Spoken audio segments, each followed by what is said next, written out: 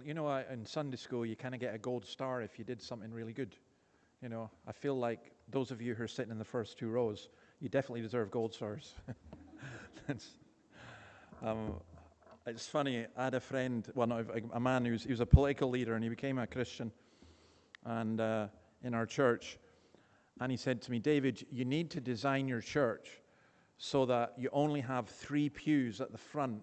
And when they're filled up, you press a button and then they move back and another one comes. And he says, that's actually, we used to do that he said, when you do a meeting in a hall, he said, the inexperienced political activists would set out 100 chairs and like 30 people would come and everyone would feel really flat. He said, we used to go in and say, set out 10 chairs or 15 chairs.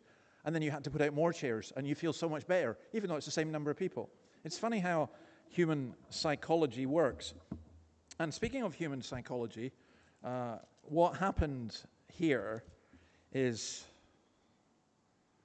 it's such an extraordinary story that last week I got a wee bit carried away, and I meant to do verses 38 to 44, and my wife said to me in the car on the way back, thank goodness you stopped, because you'd have gone on all night, and I probably would have. So this will be a fair bit shorter.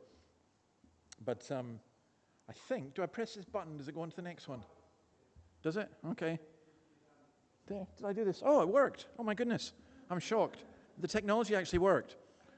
Never mind resurrection. This is a real miracle. No. So, to understand what's going on here, you do need to understand a little bit more about the tombs. They were often just natural caves or caves cut out in the rock. And each of them would very often have numerous shelves within them. And they were always sealed by a stone for several reasons. One just simply being that bodies would get stolen. Now, in this situation, you know the story. Lazarus was sick. He died. 4 days later, Jesus is there. And Mary and Martha we saw this last week, we discussed it, about how they're different reactions, but very similar reactions in one way to Jesus, which is saying, Lord, if only you'd come, if only you'd been here, he wouldn't have died. And then Jesus goes, in verse 38, once more deeply moved. Don't miss that. He, once more deeply moved, he came to the tomb. There's a book going the rounds just now in some Christian circles called The Sin of Empathy. Now, even the title makes me feel ill because it's this idea, and I understand the point that they're trying to make, but Christians very often overreact against things, that people will use empathy as a means to justify any sinful lifestyle or action or whatever. But I think we're much more likely to be guilty of the sin of being unempathetic, not caring, not having a heart and a concern. And I think that has a big impact on our witness. I've told this story before, but I'll tell it again because for me it was a really impressive thing. My son does a church plant in an urban poor housing estate in Scotland, and you're talking real urban poverty. You're talking malnourished children. You're talking violence as a way of life. You're talking significant amounts of mental illness, drug addiction, alcoholism, broken families, and so on. It's a tough place in many ways. He lives in the community with his young family, and God is blessing and growing that church. And we were there one time. They met in an old shop, which they'd turned into a kind of community center. And we were sitting there, and we're sitting down, and the guy sitting beside us, he was very gracious and kind. I hope you would be to anyone who comes in as well. And he said, "Don't worry." I said, What do you mean, don't worry?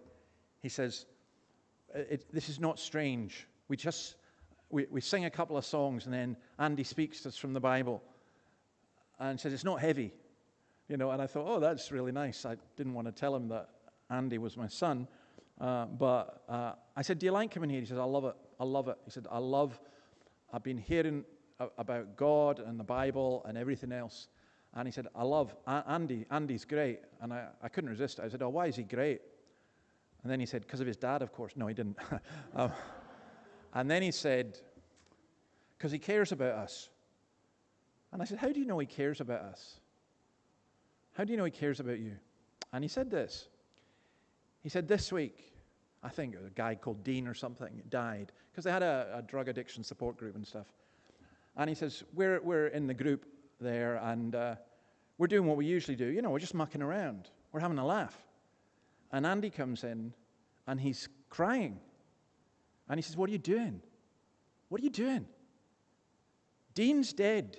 You shouldn't be mucking around and joking. And then the guy said these amazing words to me. He said, nobody ever weeps for us.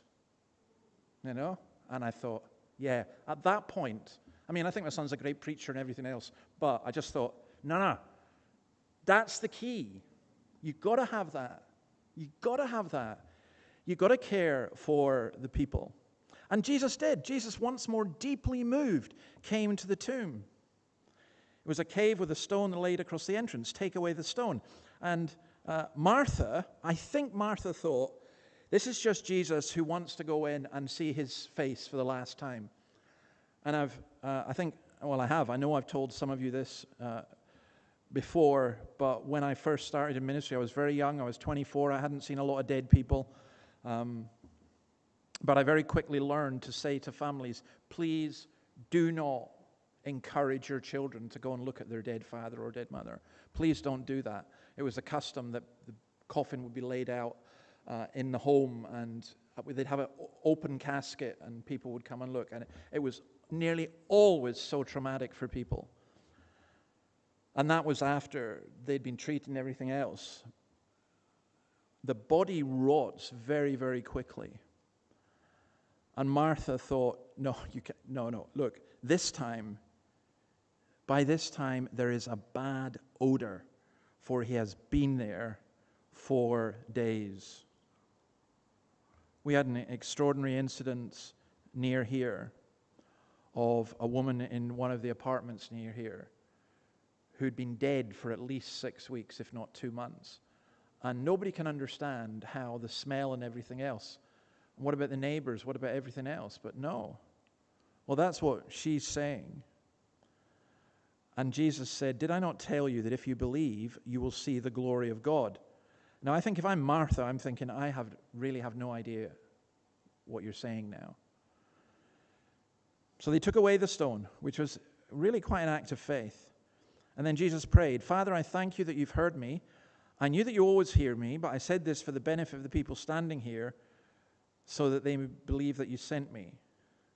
That's one time that there's a prayer which in a sense was quite performative. Jesus is indicating that he's praying for the benefit of the people around.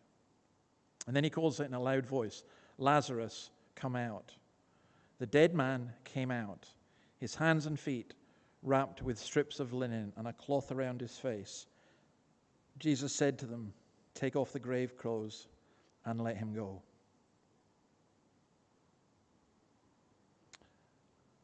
That is the most extraordinary thing. You hear tales sometimes of someone in a coffin about to be buried, and they're tapping the coffin. Every now and then you hear that, or at least I do. Maybe I just watch really weird programs. And what's happened is they weren't really dead. They'd been wrongly classified as dead, and then somehow they'd woken up just in time before they got buried alive and really died. And you hear about that. But someone who's been dead for 4 days with a putrefied body coming alive is just such an amazing thing. And I fully understand the level of skepticism that people have. Now, one of the problems with the skepticism, by the way, is this was very public. This was not a private thing. I remember there was a televangelist going around saying that he was raising people from the dead. And I used to watch him in the same way that you watch a train wreck, that it's kind of garishly fascinating. It's like reality TV. You know it's wrong, but you still watch it because there's something about it that you just... And I used to watch this guy, and it just absolutely amazed me, the stuff that he would say. And he was asked to name the people he'd raised from the dead. And you know what his answer was? Absolutely brilliant at one level, and insane. Oh, I can't because of patient confidentiality. Which I just thought, are you kidding me? How can you do that? How can you do that? How can you seriously think you can get away with that? But there were so many Christians who were so gullible, they just believed him. No, this wasn't like that. This was very public, large public gathering, mourning still going on. We saw last week, it's at least a 7-day period of mourning. No one's questioning that he was buried. No one's questioning that he was dead. And everyone who was there, no one could question that he'd come alive. It is one of those experiences that you would never, ever, ever forget. And for me, I just love the details. His hands and feet are wrapped with strips of linen and a cloth around his face. And he says to the folks, take off the grave clothes and let him go. I mean, imagine you're the person who had to do that. Now, when John's gospel was written, there were still plenty of people alive who'd witnessed this. That's one of the important aspects in here.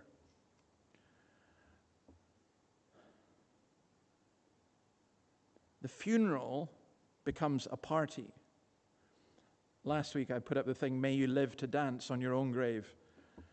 It was, as I said, a reference to an old Garth Hewitt song, which then went on to spoil the lyric a little bit by saying, may you live to boogie all night long. But it was the implication of it was, I think, wonderful. May you live to dance on your own grave.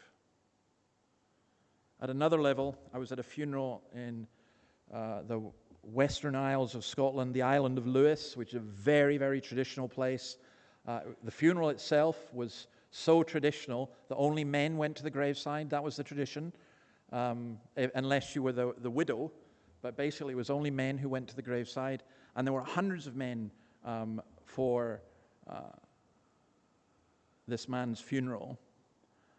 And the old minister, who was very traditional, very strict, he was in black from head to toe.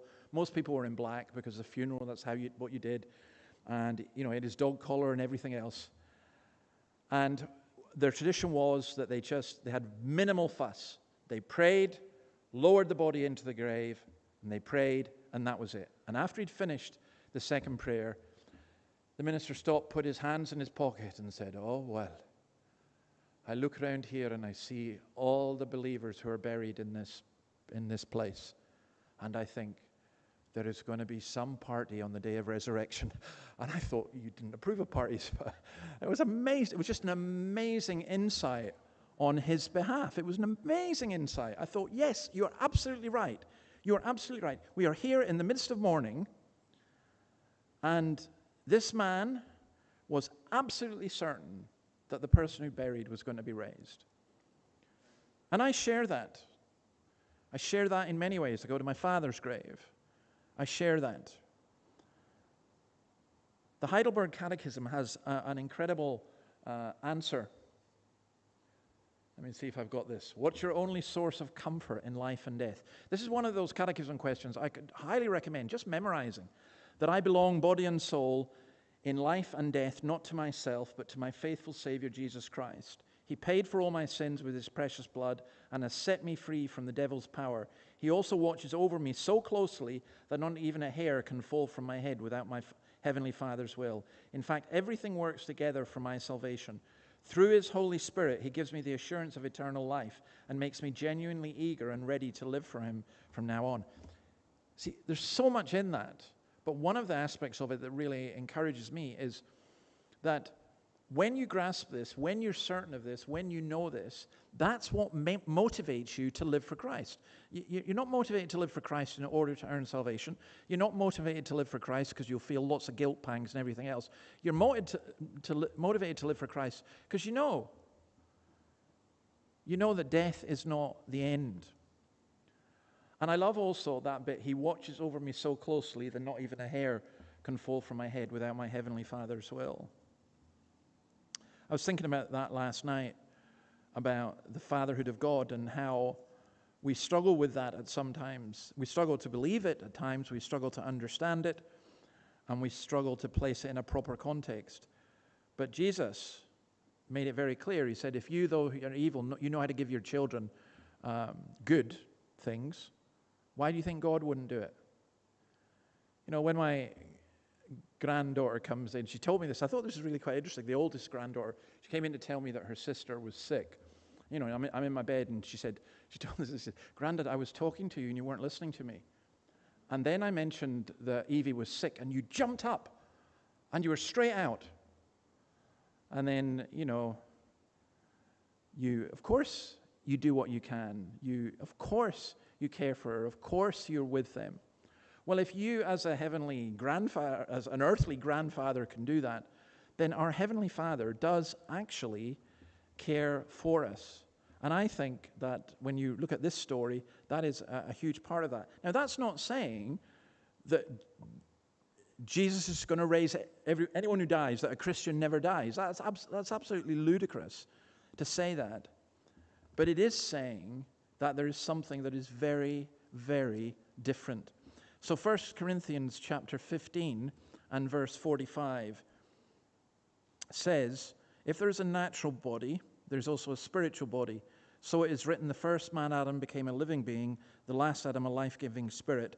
The spiritual did not come first, but the natural, and after that the spiritual. The first man was of the dust of the earth, the second man is of heaven. As was the earthly man, so are those who are of the earth, and as is the heavenly man, so also are those who are of heaven. And just as we have borne the image of the earthly man, so shall we bear the image of the heavenly man. I declare to you, brothers and sisters, that flesh and blood cannot inherit the kingdom of God, nor does the perishable inherit the imperishable. Listen, I tell you a mystery. We will not all sleep, but we will all be changed, in a flash, in the twinkling of an eye, at the last trumpet. For the trumpet will sound, the dead will be raised imperishable, and we will be changed. For the perishable must clothe itself with the imperishable, and the mortal with immortality. When the perishable has been clothed with the imperishable, and the mortal with immortality, then the saying that is written will come true. Death has been swallowed up in victory. Where, O death, is your victory? Where, O death, is your sting? The sting of death is sin. The power of sin is the law. But thanks be to God, he gives us the victory through our Lord Jesus Christ.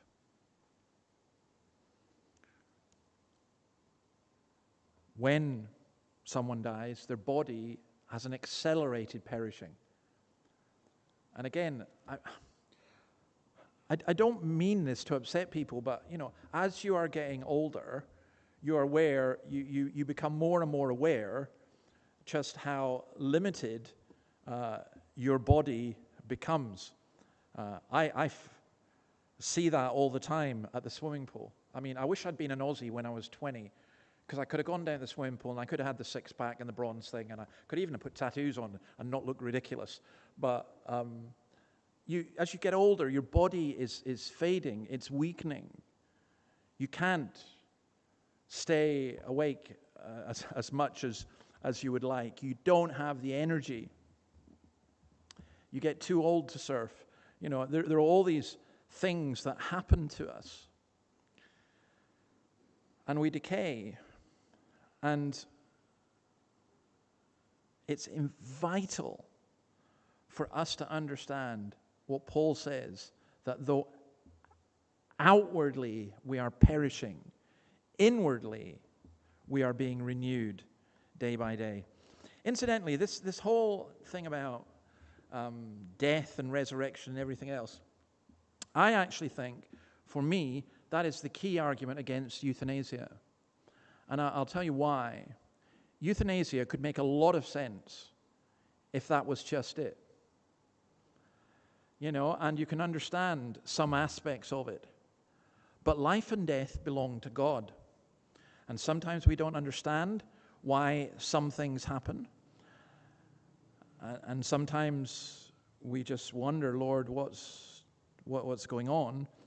But we should not take these things into our own hands. And I think it is very, very, very important for us to offer every single person hope. when you work with older people who are in care homes and so on, they can be the loveliest care home in the world. And my job basically entails me visiting as many of them in Newcastle. I didn't realize there were so many care homes. And some of them are fabulous, to be honest. Some of them are not quite so good. But here's the thing. Every single elderly person in there who is decaying and dying. I visited a man this week who's 97 years old. And he's been in Newcastle all his life. And he says, I guess I don't have too long. He's actually got hope. He's a very strong believer. He's a lovely, lovely man. But I meet many other people who just say, I just wish I could die. I've had enough. I want out of this place. My family aren't too bothered with me, or they've all gone or something. And I think we as Christians can go to people and we can say to people, you are of as much value now as an elderly, infirm person as you were when you were young, fit, and healthy. I don't think our culture says that, but I think we must say it. Now, the second part of this is the reaction that occurs to this. And in one sense, it's a bit of a surprising reaction. Therefore, many of the Jews who'd come to visit Mary and see what Jesus did believed in him. Well, yeah. I mean, you're going to do the Homer Simpson thing there. You're going to go, yeah, duh. Of course. If I saw someone rise from the dead, I would believe. Yeah, well, would you? Some of them went to the Pharisees and told them what Jesus has done. Why? Why would you do that? I'm not sure. What's the Aussie word? But the Scottish word is a clipe. What'd you be a clipe for? Or in working class culture, a grass. The worst, the greatest sin is to be a grass. And that's what they did. They went and cliped on Jesus or grassed him up to the Pharisees. Then the chief priests and the Pharisees called a meeting of the Sanhedrin. And their meeting did not, agenda item 1, this amazing miracle that has occurred. No, it's agenda item 1 is, how do we deal with Jesus? Because this is a really difficult case for us. Here's this man performing many signs. If we let him go on like this, everyone will believe in him, and then the Romans will come and take away both our temple and our nation. So they were actually concerned about losing their strong position, because they were concerned that Jesus would stir up dissension amongst the Jews and that the Romans would come in and destroy them, which, by the way, the Romans eventually did about 30 years later, AD 70. Then one of them, named Caiaphas, who was high priest that year, spoke up. You know nothing at all. You do not realize that it is better for you that one man die for the people than the whole nation perish. He did not say this on his own, but as high priest that year, he prophesied that Jesus would die for the Jewish nation. And not only for that nation, but also for the scattered children of God, to bring them together and make them one. So from that day on, they plotted to take his life. Now, I'm sorry for sharing viewing habits. I shouldn't, but Silent Witness, the program, is working miracles in me, because I'm just learning so much about biology that I didn't know in the human body. And I've even managed, I still do this. I still can't look when they're cutting bodies up. But I've just learned. I mean, it's just amazing. The science of it all is absolutely incredible, and how much they can learn from DNA and everything else. Well, I think that what's happening here, if your star witness is somebody who was once a decaying corpse but is now alive, you are in a very strong position. You really are. And your opponents are in a bad way. I did a debate once where I mentioned one of my opponents, a scientist, had said, I don't believe in God because I've never met anyone who's been healed in answer to prayer. And I had a big speech all prepared, and I just screwed it up and threw it in the bin and said, well, okay, now you have. And I told him what had happened to me. I told him how I was near death. I told him how I wasn't supposed to live, and how I recovered. And I told him what my son had said, that he had come back from, and he'd said, I just been with my sister, who's flown in from Australia, because she lived here then, and to see my dad probably for the last time. We're praying that he gets better, but we know our prayers have already been answered, because if my dad is healed, that's a wonderful answer to prayer, and if he dies, it's a wonderful answer to prayer, because my dad's greatest problem, his sin, has already been dealt with. Now, I still think that's one of the most extraordinary statements of faith I've ever heard. But the scientist, he looked at me and he said, that's not fair. I said, what do you mean it's not fair? He says, that means that God wins every time. I said, well done. You've just got Christianity. That's exactly what it is. God wins every time. Some people will experience that. And I have told some of you this before, but this was very profound to me. The minister of the town I was in doing that debate, the Free Church minister, my denomination, he was ill at the same time as me.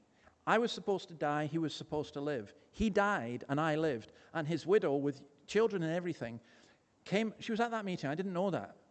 And she came up to me at the end and she thanked me and she said, I know it was time for my husband to go home. And I know that you were meant to stay, even to say that. You know? And she got it. She got it.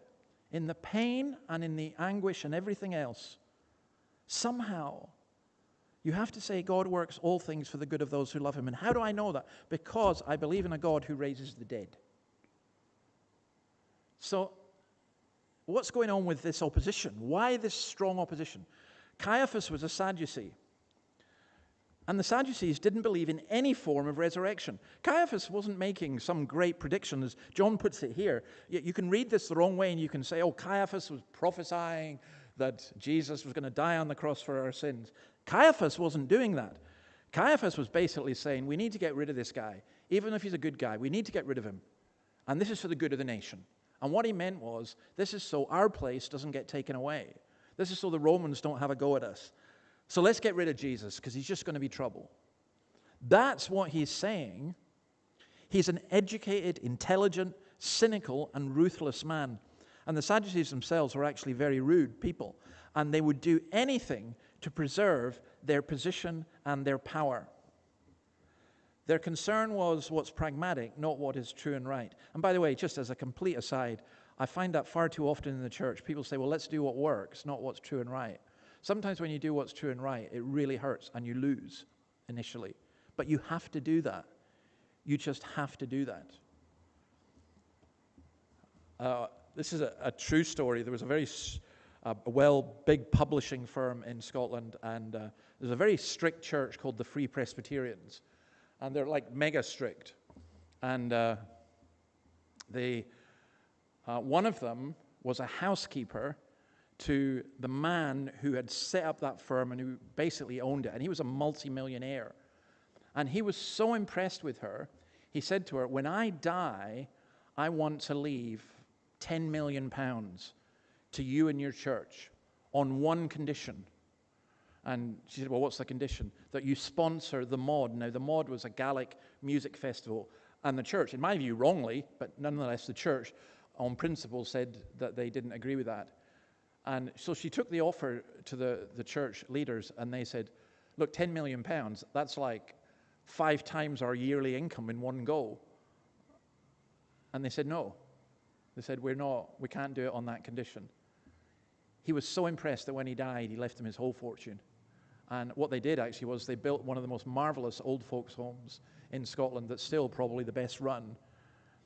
Now, what I'm saying is, sometimes you have to do what's right, even if the consequences for you may not be that great as far as you can work out. Caiaphas didn't do that. Caiaphas prophesied about, or said, he gave an idea of what should happen. But John said this is actually a prophecy. God can sometimes, if God can speak through a donkey, he can speak through lots of other people. And sometimes in our society, people say things who are not Christians, and you go, whoa, where did that come from? And then it's just, wow. And that's what happened here.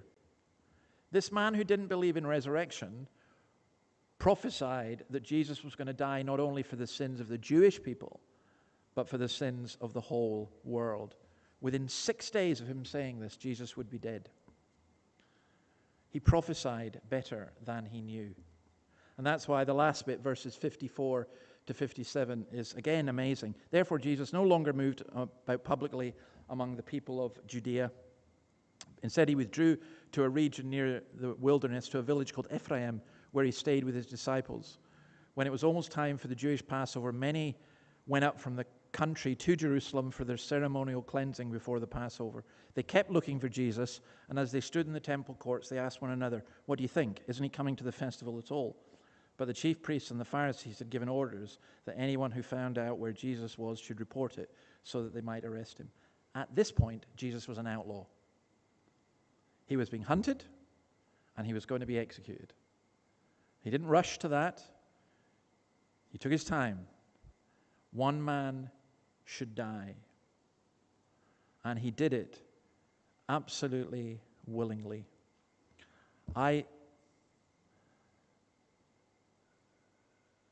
Jesus rising from the dead, or raising Lazarus from the dead, is one astonishing thing. Another astonishing thing is that Jesus would die for us. When we had the children in here yesterday, I feel kind of frustrated a little bit because they knew the right answers. You know, they've been taught in Sunday school. Jesus died for us. You know, Jesus rose from the dead, and so on. And I always want to push them a little bit, but I always feel the adults might get more upset than the children. You know, I was going to say, really? How do you know that? What does it mean? Because what it means is it's way more than a fairy story. It is, in fact, the ultimate reality and the ultimate way for death to be defeated. The Pharisees, the religious leaders, the chief priests,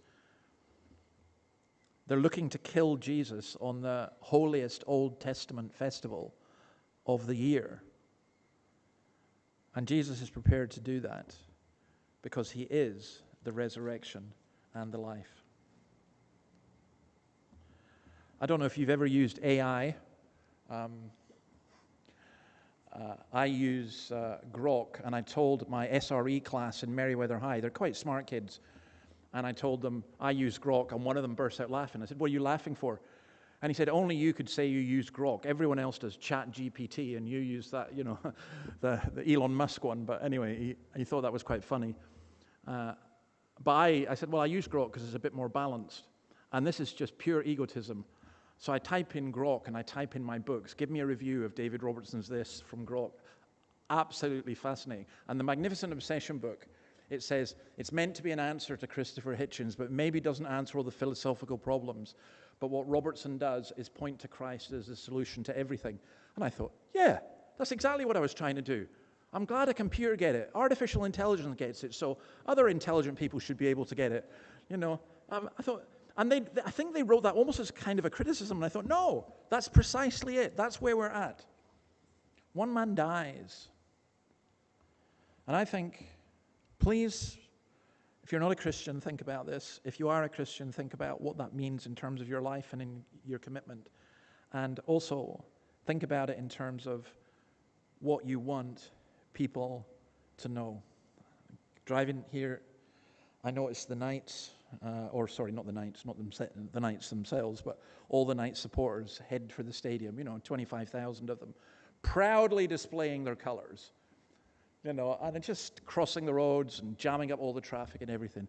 And I thought, I was just praying, Lord, maybe one Easter, our roads would be jammed with people going to celebrate Christ and to hear about Christ. Wouldn't that be a wonderful thing? Let's pray. Lord, thank you for your word. Bless it to us. Thank you for this wonderful story of Lazarus. Death is dead. Love has won. Christ has conquered. Help us to see that, feel it, understand it, live it. For we ask it in your name. Amen.